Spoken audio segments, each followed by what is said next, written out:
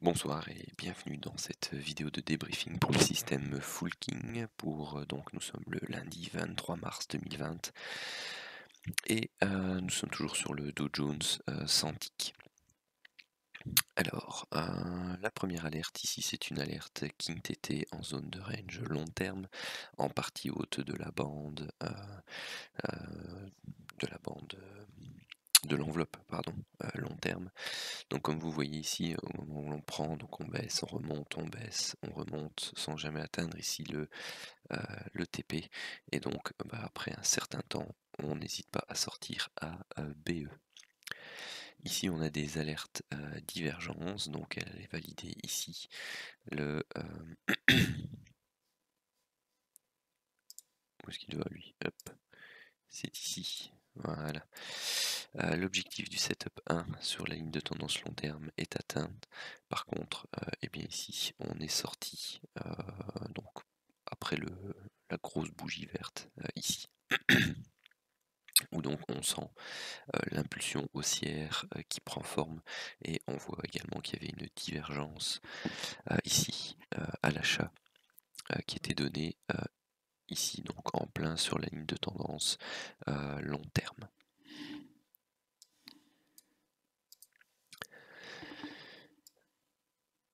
Qui d'ailleurs donnait le déclenchement ici de ce mouvement fortement impulsif, très haussier, suite à l'annonce de la Fed. Ensuite ici plusieurs alertes divergence dont la validation se faisait donc ici.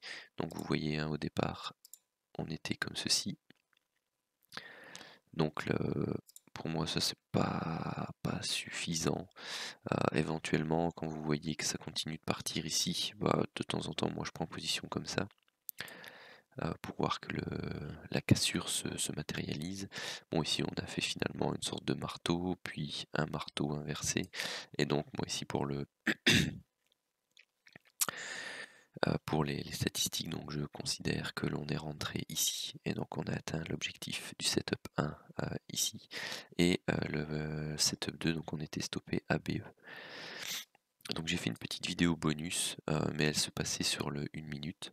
Et donc ici vous voyez, on peut le reprendre, ici vous avez les zones de range court terme qui se mettent en place, et ça vous permet de définir en fait cette boîte-ci, et même en fait cette ligne de tendance court terme qui forme en réalité ici un biseau.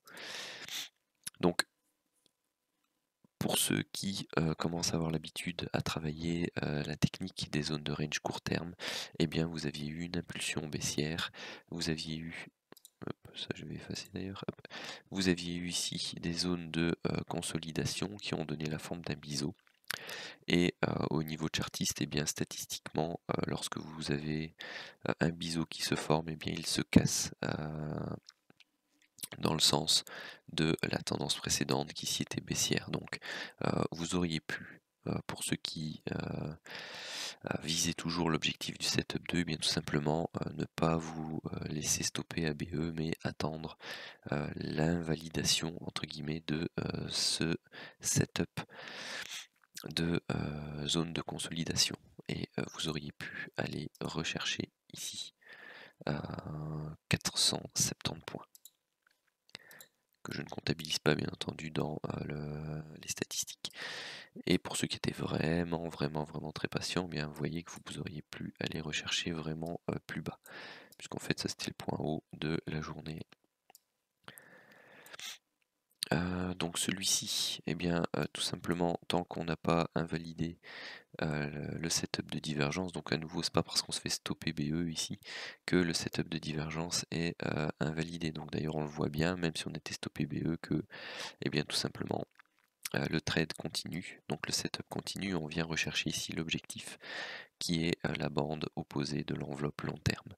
Et donc celui-ci, cette alerte-ci n'a pas lieu dans les 15 chandeliers qui suivent la fin du setup de divergence, et vous voyez d'ailleurs que ça continue de donner quelques points. À nouveau ici, consolidation court terme, vous avez votre boîte qui prend forme, et bien tout simplement vous avez le break de cette boîte, vous aviez quelques points à grappiller ici. Donc bon, quelques points avec la volatilité actuelle, ça fait quand même quasi 300 points. Bon, il y a le risque du double bottom ici, mais qui est directement invalidé, donc bon, il n'y avait pas trop de stress, on va dire, dans ce setup de range court terme. Ensuite ici, alerte divergence, donc vous voyez qu'au départ, si je vais me la donner, au départ on est comme ceci, donc là on a le break mais avec une longue mèche, donc on déplace la ligne au niveau de la mèche, donc là on a un break qui est pas très franc, ensuite on a de nouveau une mèche, puis un doji, puis encore une mèche, et puis là on a un break qui est franc ici. Donc c'est pour ça que ma ligne de tendance qui coiffe les cours est ici. Et donc là vous avez le break, et puis là vous montez déjà en dents de scie, c'est très compliqué, et là tout simplement au break de la MM50, vous avez ici un setup de divergence qui s'est matérialisé, qui pouvait être un setup de divergence de continuation de tendance baissière, et bien tout simplement moi j'ai considéré ici qu'on sortait à ce niveau là. Vous voyez que l'objectif du setup 1 aurait pu être atteint si on avait été un peu plus patient, mais vous aviez également ici aussi les zones de consolidation court terme qui vous donnaient l'apparition, comme tout à l'heure, d'un biseau, et donc là vous aviez le break par le bas du biseau ici,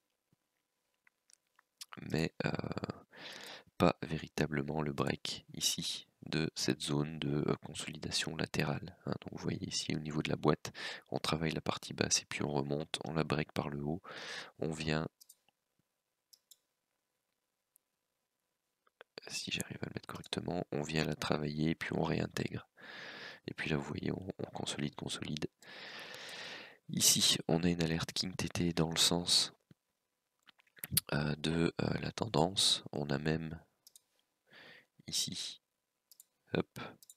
une divergence haussière, donc qui se prend plus ou moins au même endroit, et donc on pouvait aller rechercher l'objectif du setup 1. Donc moi j'ai considéré ici, parce que c'est celle qui est donnée et qui est visible, le setup du King TT.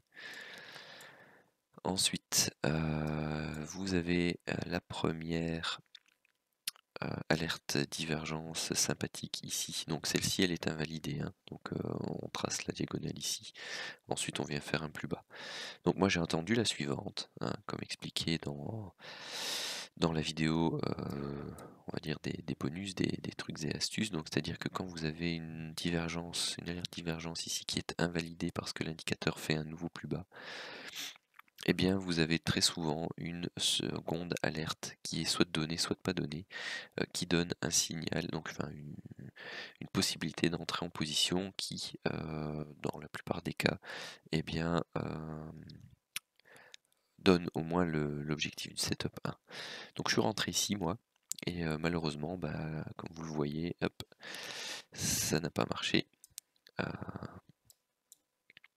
Ensuite j'ai attendu un peu et j'ai pris la suivante. Et rebelote, elle n'a pas marché, et ensuite je suis parti. Et donc je reste un peu frustré sur ma journée parce que les 2 trades que j'ai eu l'occasion de prendre, et bien tout simplement sont avérés être les 2 foireux de la journée. Ça arrive, c'est comme ça. Parce que la suivante était magnifique, hein, hop, ici 250 points, le setup 2 555 points, divergence baissière ici, celle-là bon elle est stoppée BE. La suivante, celle-là elle donne setup 1, setup 2. Vous aviez même ici la possibilité de, bon enfin c'est un peu light, hein, mais enfin c'est dans la zone grisée, d'avoir éventuellement un renfort. Et d'ailleurs en fait ici, si je suis logique avec ma façon de faire, c'est 170 points. Mais le setup 2 était atteint. Pourquoi? Tout simplement parce qu'ici on vient, on perfore et puis on casse les mêmes 50, et on repart entre guillemets de manière fortement impulsive. Ensuite, donc celle-ci, donc je vous l'ai mise pour info. Pourquoi? Parce que le setup ici se termine ici ou ici, ça dépend où vous le terminez. Mais dans tous les cas, soit elle n'est pas à prendre parce qu'on n'est pas dans les 15 chandeliers après la fin du setup, soit vous la prenez et puis en fait c'en est une qui se termine à BE. La suivante qui est ici, c'est le break de la MM50, donc vous prenez plus de 100 points, soit vous êtes tintillon ou pas, vous attendez la touchette ou pas, soit eh bien, vous avez une forte impulsion puis vous retracez. Moi j'ai considéré ça comme un BE, donc vous auriez pu attendre un petit peu, puis bon, ça allait rechercher l'objectif du setup 1. Bon, voilà. Ensuite, ah tiens, celui-ci, je l'ai pas compté parce que j'attendais la validation des alertes divergence ici. Donc pour rappel, quand vous avez des alertes divergence bien marquées, ce sont elles qui priment sur les setups du King TT. Et je ne sais même pas si... ouais, au pire, même pas, non. Ouais, c'était light. C'était light. Donc ici elle se valide là, mais elle se valide à 20h36, donc je les compte pas. Mais vous aviez votre objectif 1 qui était donné ici à 225 points. Vous faisiez une pointe à plus de 400 points. Et bon ici, si ça se trouve, vous allez rechercher votre objectif setup 2 plus ou moins 500 points. Donc voilà pour les alertes de la journée. Au niveau de la courbe, eh bien, vous voyez qu'elle continue à grimper. Et au niveau des résultats de la première journée de cette dernière semaine du mois de mars, eh bien, on commence avec 990 points pour le setup 1 et non, ça c'était l'ancien. Donc on est à 885 avec les petites modifications apportées en cours de vidéo pour le setup 2 et on reste globalement en dessous des 15% de trades perdants au niveau du mois de mars. Voilà, je vous souhaite une très bonne soirée.